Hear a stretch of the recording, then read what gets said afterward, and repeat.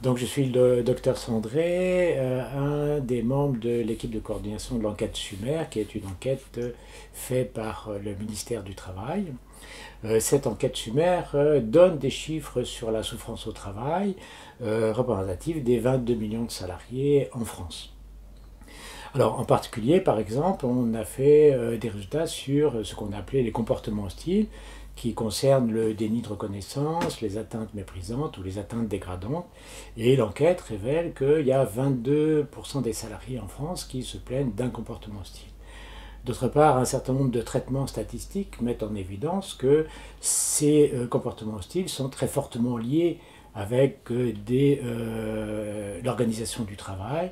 Et par exemple, quand les gens qui se plaignent de comportements hostiles sont en gros 35%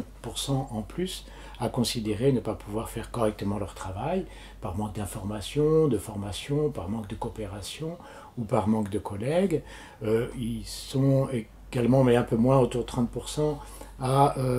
de plus quand ils ont moins de marge d'initiative. C'est par exemple ne pas pouvoir interrompre le travail quand ils le souhaitent, ne pas pouvoir changer l'ordre des tâches, mais c'est aussi très lié avec des contraintes rythmiques, par exemple être obligé de se dépêcher pour faire son travail ou être